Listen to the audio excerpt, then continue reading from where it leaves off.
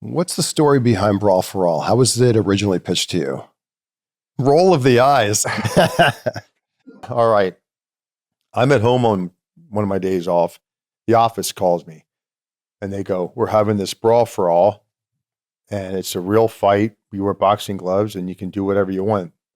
I thought it was just somebody in the office ribbing me because you got to remember, those wrestlers do nothing but rib each other. So I'm like, yeah, sure we are. And then Bruce Pritchard, or I think it was a call, he's like, Steve, we're having a Brawl For All and you can do whatever you want. I said, let me get this straight. We're going to have a Brawl For All. I can kick, shoot, punch, knee, elbow, head. And they're like, yep. I said, well, what's the prize? And they said, well, you get like an extra $5,000 a week and then the prize, the end, whatever it was.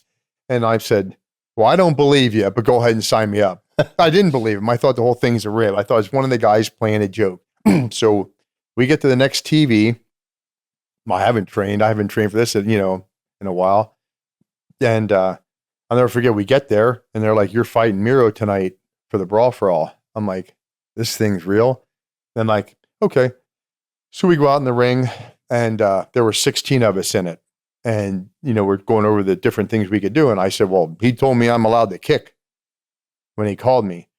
And when we were out in the ring, Vince is like, well, what kind of kick do you mean? And I should have thought faster. I stood there and you know how like in the MMA, most of us do hard shin kicks, fast, hard shin kicks. I flew with one. And Vince is like, no. And Bradshaw's like, there's no way we're taking those, blah, blah, blah. And I'm thinking, why didn't I just do a slow side kick or front kick or something just slower? I went out there and flew with it because I was warmed up. And I'm like, oh, so now they insisted no kicking because I'm the only one out of 16 that wants to kick. Well, there's no knees. There were no elbows. There's no headbutts. It's a boxing match with takedowns. So they put me against Mark, who in just boxing, Mark was probably the best boxer in there. Yeah. I think he won New York Golden Gloves 5 years. So like, great. So we go out there and they said, what are you going to do? So I'm going to take him down every 10 seconds. Well, if you counted, I took him down 13 times in 3 minutes. But the one though, I shot a jab. I threw a jab shot. The third or fourth time I threw the jab, I faked the shot and it came over top with a bomb. He was pretty quick. He ended up dropping his chin just a hair because I caught him here and his feet staggered. Or if I'd have caught him on the chin, a couple inches lower, I'd have dropped him. But it was funny because those gloves were massive, brand new. It was like wearing mittens like this to box with. I'm like, who came up with this idea?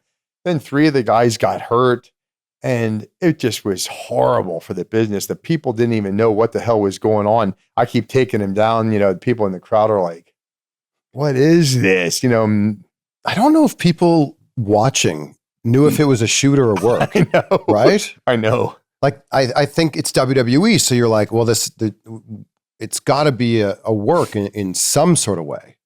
Yeah. And it's funny how, when you do these interviews and you could talk about it being a work and stuff. And when you're out there, we go through real tables. We use real chairs. Yeah. I've never used a fake chair in my life.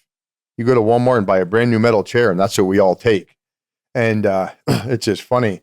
And believe it or not, we started taking them toward the forehead because when it would take them on the top of your head, it would jam your neck. When you took them on your back, it would feel like you just got slapped with the worst sunburn you ever had. So you started taking them on your forehead so you could at least snap your head with them and hope you don't break your nose. But, all of us in there have taken those. When you have the background that you have and you go into Brawl For All, are you thinking, I'm going to win this whole thing? Well, I did think that. And then after I fought Mark, I'm like, okay, let me go home and train now and let's get moving here. So one of my friends at home was about 6'3", 300 pounds, amateur wrestler his whole life. So I started working, we started training and he waist locked me. And just as he waist locked me, I wasn't expecting him to sit so fast. He sat in the side of my leg and tore the cartilage in my leg. I'm like, oh my God, this can't be happening. We were just starting to do warm-ups. I was going to throw, he'd throw, I'd throw. And he just sat in the side of my leg. I couldn't believe it. I had to get my leg worked on then, and I couldn't finish the thing. And I was livid because I wanted to get out there at that point. And so that's what happened there.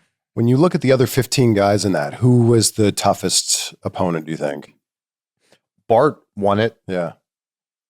Out of the crew that was in it, Bart was the toughest. The thing with it was a lot of the guys could throw, but Bart can actually wrestle too. And after he did win it, he goes, "You think I'd have dropped you?" I said, "No, you're too slow." But he's a tough guy. I'll give him that. And he's not easy to take down. He wrestled his whole life, his stuff too. But when he fought Butterbean, I said, "Bart, don't turn this into a boxing match with him. Just keep taking him down." I said, "You'll out wrestle him all day. Just shoot, take him down. Throw a bomb, shoot off of it. If you catch him with it, great. Then stay on him standing. If you miss the bomb or whatever, you stagger him, take him down." He is insisting on making it a boxing match. Well, he got cracked.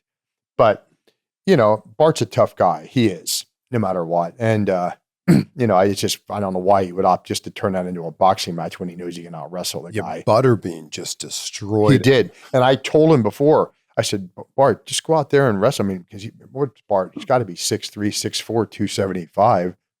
Good wrestler. Just go out there and keep taking him down. But, you can lead a horse to water.